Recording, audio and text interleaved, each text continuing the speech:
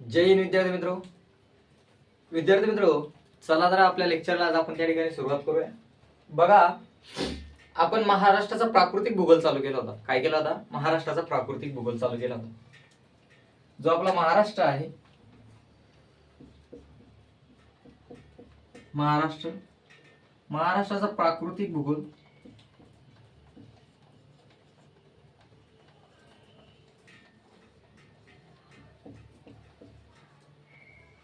आपण चालू केला होता.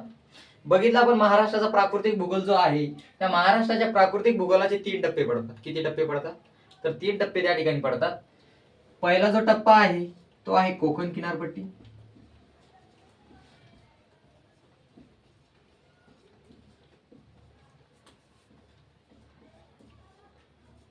कोकण किनारपट्टी आहे. नंतरचा आहे सह्याद्री पर्वत.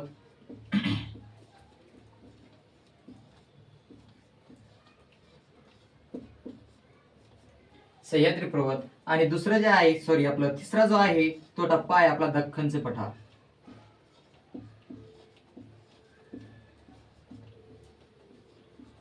काय आहे? दख्खनचे पठार त्या ठिकाणी आहे. विद्यार्थी मित्र, मागच्या लेक्चरला आपण कोकण किनारपट्टी त्या ठिकाणी बघितलं. आज आपल्याला बघायचंय काय की सह्याद्री पर्वत बघायचंय. काय बघायचंय आज आपल्याला? तर सह्याद्री पर्वत त्या ठिकाणी बघायचंय. विद्यार्थी मित्र, जो आपला सह्याद्री पर्वत आहे तो सह्याद्री पर्वत बघा, जी कोकण किनारपट्टी आहे आपली, जी कोकण किनारपट्टी आहे त्या कोकण किनारपट्टीच्या पूर्व दिशेला जो उंच कड्यासारखा भाग आहे, काय? जी कोकण किनारपट्टी आहे त्या कोकण किनारपट्टीच्या पूर्व दिशेला, काय? जी आपली कोकण किनारपट्टी आहे, इकडे जी कोकण किनारपट्टी आहे आपली, या कोकण किनारपट्टीच्या पूर्व दिशेला जो उंच कड्यासारखा भाग आहे, काय आहे? उंच कड्यासारखा भाग आहे, तो आहे आपला सह्याद्री पर्वत. काय आहे? सह्याद्री पर्वत. काय आहे? सह्याद्री पर्वत आहे. विद्यार्थी मित्रो, हा जो सह्याद्री पर्वत आहे आपला, या सह्याद्री पर्वताचा विस्तार जर आपण बघितलं तर विस्तार आहे विद्यार्थी मित्रो, विस्तार जर आपण बघितलं तर विस्तार आहे उत्तरेकडील नंदुरबार जिल्हा.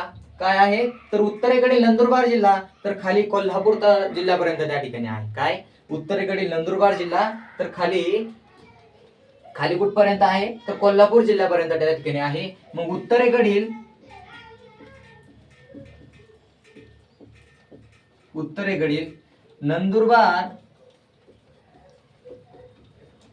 नंदुरबार जिल्हा, नवापूर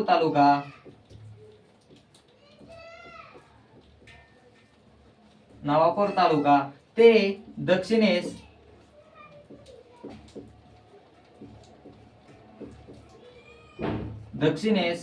कोल्हापूर जिल्हा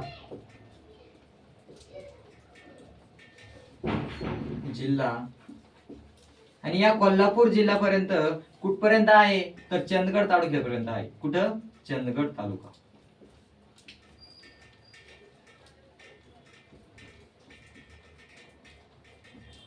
काय आहे? तर चंदगड तालुक्यापर्यंत विस्तार या ठिकाणी आहे. विद्यार्थी मित्र, जो सह्याद्री पर्वत आहे आपला, तो सह्याद्री पर्वत कोकण किनारपट्टीच्या पूर्व दिशेला जो उंच कड्यासारखा भाग आहे, त्या भागाला आपण सह्याद्री पर्वत असं त्या ठिकाणी म्हणतो. आणि विद्यार्थी मित्र, हा जो सह्याद्री पर्वत आहे, या सह्याद्री पर्वताचा विस्तार त्या ठिकाणी विस्तार आहे त्या ठिकाणी.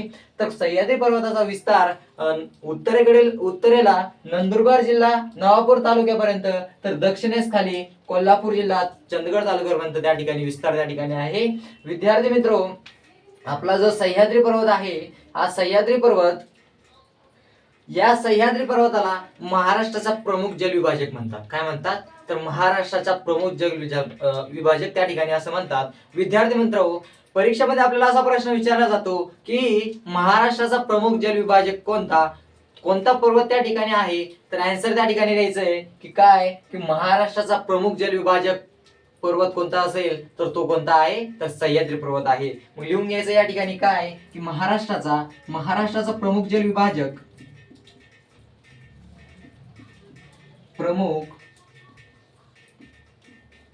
जल विभाजक काय तर महाराष्ट्राचा प्रमुख जल विभाजक त्या ठिकाणी आहे.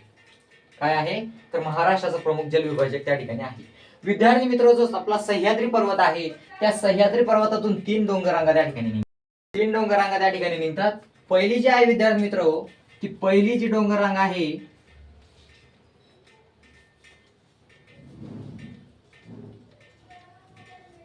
ही जी डोंगररांग आहे ती आहे सातमाळा अजिंठा.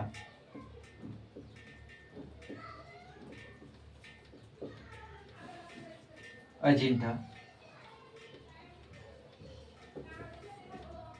डोंगररांग.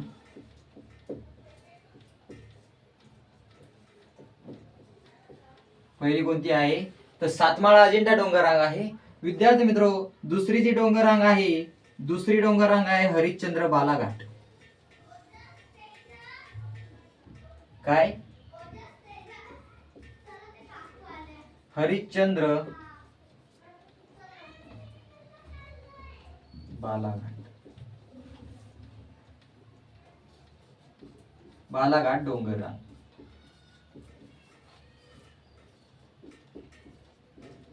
हरिश्चंद्र बालाघाट डोंगररांग. आणि विद्यार्थी मित्र, आणखी एक डोंगररांग आहे ती म्हणजे शंभू महादेव डोंगररांग. कोणती आहे तर शंभू महादेव डोंगररांग त्या ठिकाणी आहे.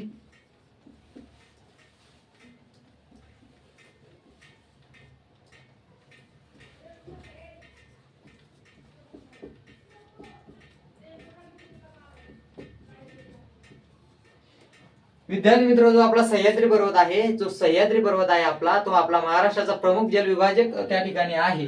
आणि त्या सह्याद्री पर्वतातून 3 डोंगररांगा त्या ठिकाणी निघतात. विद्यार्थी मित्र, त्या 3 डोंगररांगा कोणत्या तर पहिली डोंगररांग त्या ठिकाणी सातमाळा अजिंठा, दुसरी डोंगररांग त्या ठिकाणी आहे हरिश्चंद्र बालाघाट, आणि तिसरी जी डोंगररांग आहे ती आहे शंभू महादेव डोंगररांग. विद्यार्थी मित्र, जी सातमाळा अजिंठा डोंगररांग आहे, काय आहे तर सातमाळा अजिंठा जी डोंगररांग आहे ती सातमाळा अजिंठा डोंगररांग तापी व गोदावरी या 2 नद्याचे खोरे त्या ठिकाणी वेगळे करते. काय तापी आणि गोदावरी या डोंगररांगेच्या उत्तरेला तापी नदी त्या ठिकाणी आहे. काय आहे तर तापी नदी त्या ठिकाणी आहे. ही तापी नदी आणि या डोंगररांगेच्या दक्षिणेला, त्या डोंगररांगेच्या दक्षिणेला गोदावरी नदी खोरे त्या ठिकाणी आहे. काय आहे तर गोदावरी नदी खोरे आहे. मग विद्यार्थी मित्र, मग परीक्षेला आपल्याला असा प्रश्न विचारला जातो की जी सातमाळा अजिंठा डोंगररांग आहे ती सातमाळा अजिंठा डोंगररांग कोणत्या 2 नद्यांचे खोरे त्या ठिकाणी वेगळे करते.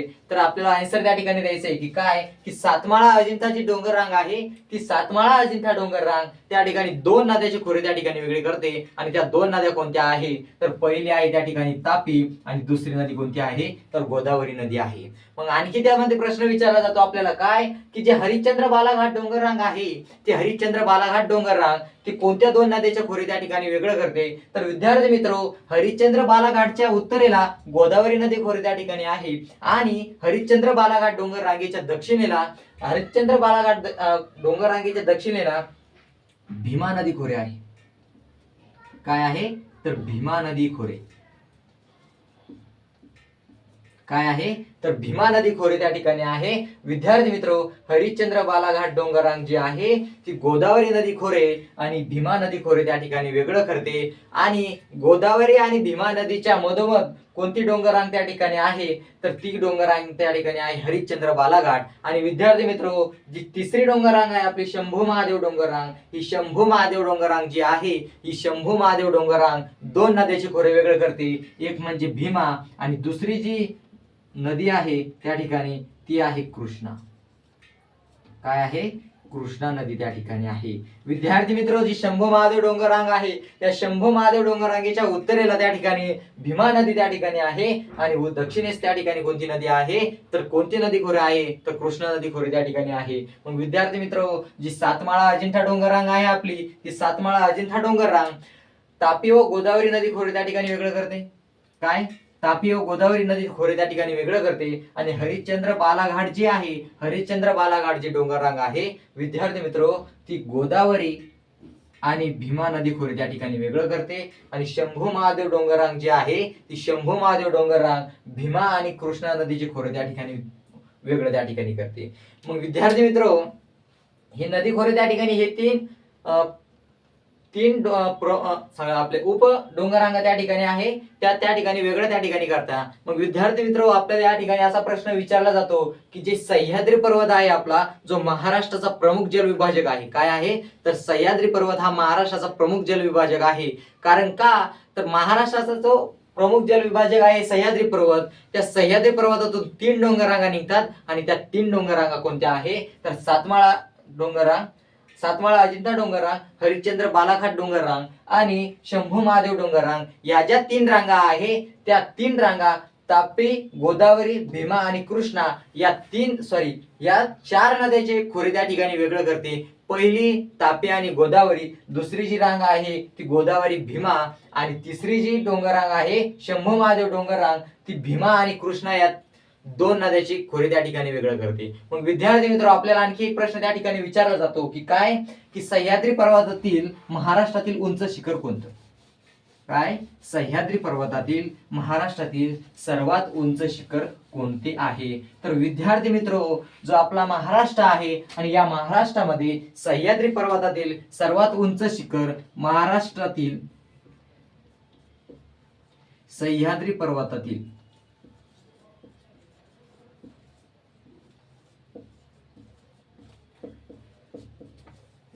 सह्याद्री पर्वतातील सर्वात उंच शिखर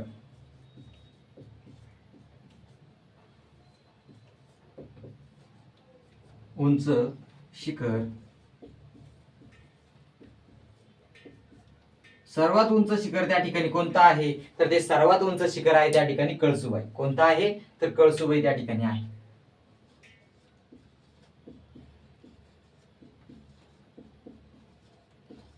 कोणता आहे तर कळसुबाई. विद्यार्थी मित्र, या कळसुबाई शिखराची उंची किती आहे त्या ठिकाणी तर या कळसुबाई शिखराची उंची आहे 1646 मीटर. किती आहे 1646 मीटर. आणि हे जे कळसुबाई शिखर आहे हे कळसुबाई शिखर आपल्याला अहिल्यानगर जिल्ह्यात त्या ठिकाणी दिसते. कोणत्या जिल्ह्यात आहे तर अहिल्यानगर.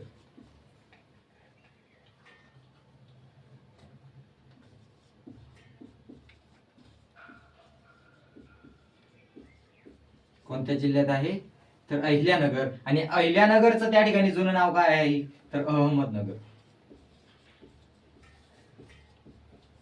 काय आहे जुने नाव अहमदनगर. मग विद्यार्थी मित्र, महाराष्ट्रातील सह्याद्री पर्वतातील उंच शिखर कोणते आहे तर महाराष्ट्रातील सह्याद्री पर्वतातील सर्वात उंच शिखर कोणतं आहे तर ते आहे कळसुबाई. आणि या कळसुबाई शिखराची उंची किती आहे तर 1646 मीटर त्या ठिकाणी उंची आहे. आणि हे जे कळसुबाई शिखर आहे हे कोणत्या जिल्ह्यात आहे तर हे त्या ठिकाणी अहिल्यानगर जिल्ह्यात त्या ठिकाणी आहे. आणि अहिल्यानगर जिल्ह्याचं जुने नाव त्या ठिकाणी काय आहे तर अहमदनगर त्या ठिकाणी आहे. विद्यार्थी मित्र, जी उंची आहे मीटर मध्ये तर त्याला आपल्याला प्रश्न असा विचारला जातो की सह्याद्री पर्वतातील सर्वात उंच शिखर जे आहे कळसुबाई या शिखराची फुटामध्ये उंची सांगा. कशामध्ये सांगा तर फुटामध्ये उंची सांगा. आणि विद्यार्थी मित्र, जे कळसुबाई शिखर आहे त्या कळसुबाई शिखराची उंची आहे फुटामध्ये तर त्याची उंची किती आहे तर फूट तर ती आहे 5400 फूट. किती आहे 5400 फूट त्याची उंची त्या ठिकाणी आहे. कसं आहे 5400 फूट त्याची त्या ठिकाणी उंची त्या ठिकाणी आहे. विद्यार्थी मित्र, याची आपल्याला फुटामध्ये उंची विचारली जाते किती तर 5400 फूट आहे. लक्षात ठेवायचं किती फूट आहे तर 5400 फूट त्याची त्या ठिकाणी काय आहे तर उंची आहे. आपल्याला मीटर मध्ये विचारले तर 1646 मीटर आणि फुटामध्ये जर विचारले कुठं आहे किती आहे तर 5400 फूट त्या ठिकाणी आहे. विद्यार्थी मित्र, महाराष्ट्रातील सह्याद्री पर्वतातील सर्वात उंच शिखर कोणतं आहे तर कळसुबाई आहे. आणि भारतातील जर विचारलं तर भारतातील आहे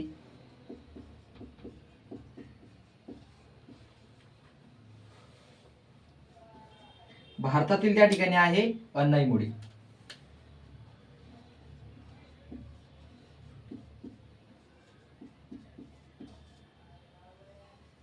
आणि याची उंची आहे त्या ठिकाणी 2695 मीटर. किती आहे 2695 मीटर. हे झालं आपलं सह्याद्री पर्वतातील महाराष्ट्रातील उंच शिखर आणि भारतातील उंच शिखर. विद्यार्थी मित्र, आपण मांगाच्या डोंगररांगा बघितल्या, कोणत्या डोंगररांगा बघितल्या तर सातमाळा अजिंठा डोंगररांग, हरिश्चंद्र बालाघाट आणि शंभू महादेव डोंगररांग. विद्यार्थी मित्रो, त्याच डोंगररांगेच्या उत्तरेला त्याच्या 3 डोंगररांगा आहे, त्याच डोंगररांगेच्या उत्तरेला आणखी एक पर्वत त्या ठिकाणी आहे. त्या पर्वताचं नाव आहे सातपुडा पर्वत. कोणता आहे तर सातपुडा पर्वत त्या ठिकाणी आहे. कोणता पर्वत आहे तर सातपुडा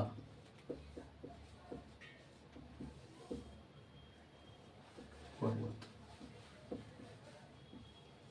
कोणता पर्वत आहे तर सातपुडा पर्वत आहे. विद्यार्थी मित्रो, हा जो पर्वत आहे सातपुडा पर्वत, हा सातपुडा पर्वत महाराष्ट्रातील उत्तरेकडील सीमा निश्चित करतो. काय की जो सातपुडा पर्वत आहे तो सातपुडा पर्वत महाराष्ट्राची उत्तरेकडील सीमा त्या ठिकाणी काय करतो तर निश्चित त्या ठिकाणी करतो. हा जो सातपुडा पर्वत आहे, हा सातपुडा पर्वत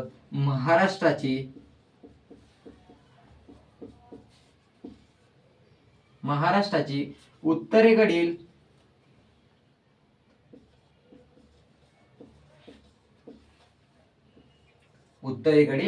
सीमा त्या ठिकाणी निश्चित करतो. काय करतो तर निश्चित त्या ठिकाणी करतो. मग आपल्याला प्रश्न असा विचारला जातो की विद्यार्थी मित्र, जो आपला महाराष्ट्र आहे, या महाराष्ट्राच्या उत्तरेकडील कोणता पर्वत त्या महाराष्ट्राची सीमा त्या ठिकाणी निश्चित करतो. महाराष्ट्राची सीमा कोणता पर्वत त्या ठिकाणी निश्चित करतो तर महाराष्ट्राचा जो आहे पर्वत तो कोणता आहे तर सातपुडा पर्वत त्या ठिकाणी आहे. विद्यार्थी मित्र, आपण बघितलं की काय की जी सातमाळा अजिंठा डोंगररांग आहे, कोणती जी सातमाळा अजिंठा डोंगररांग आहे, त्या सातमाळा अजिंठा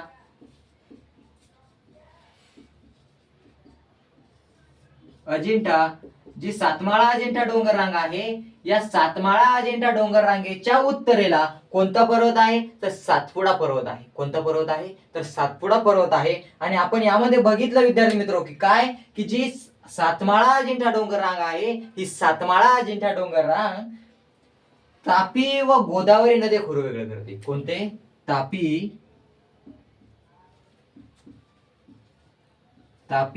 व गोदावरी नदी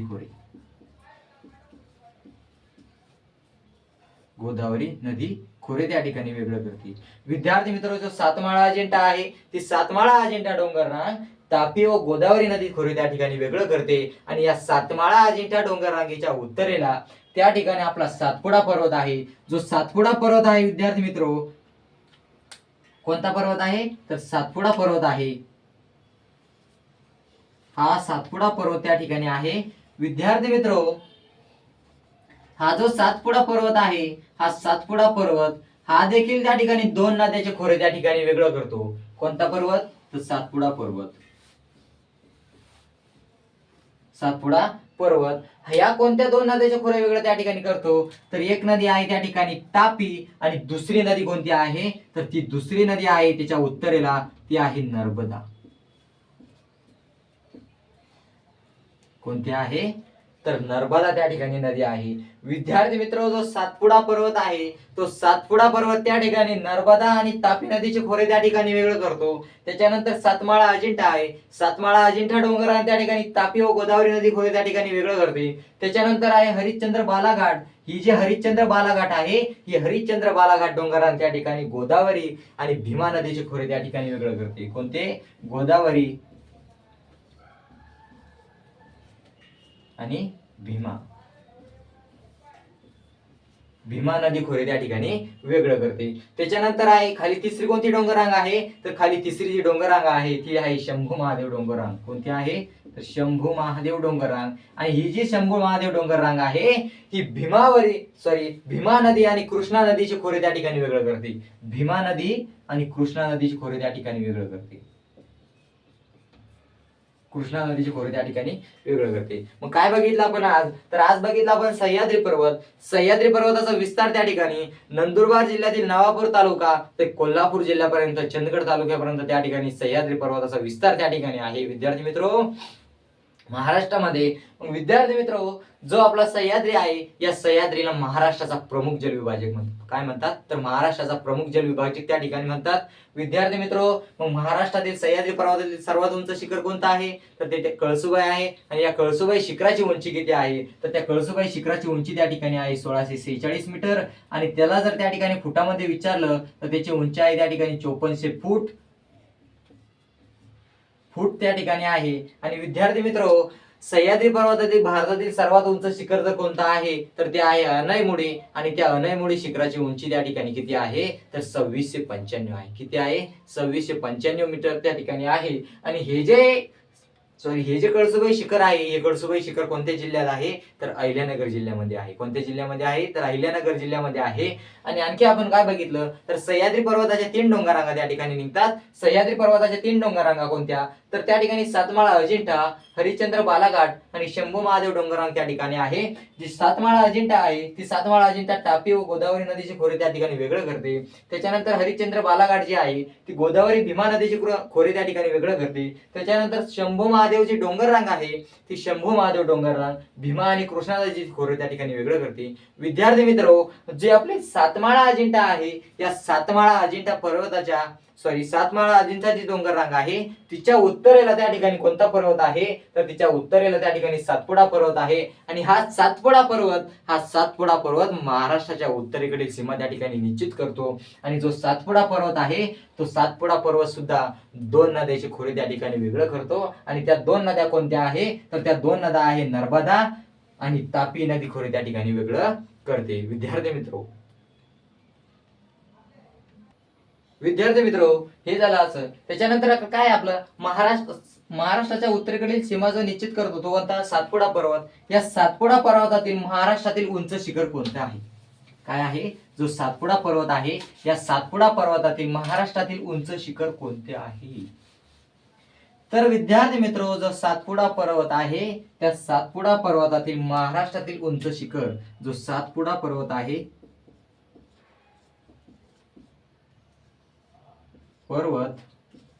या सातपुडा पर्वतातील महाराष्ट्रातील सर्वात उंच शिखर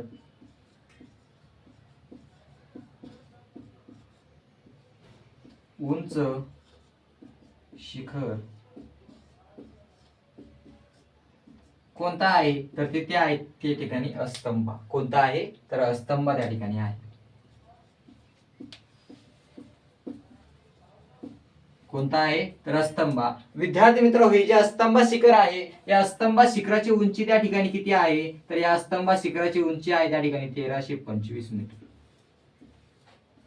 किती आहे? 1325 मीटर. आणि विद्यार्थी मित्र, हे जे अस्तंबा शिखर आहे, हे अस्तंबा शिखर आपल्याला कोणत्या जिल्ह्यामध्ये आहे? तर हे अस्तंबा शिखर आहे त्या ठिकाणी नंदुरबार जिल्ह्यात. कोणत्या जिल्ह्यात? नंदुरबार जिल्हा.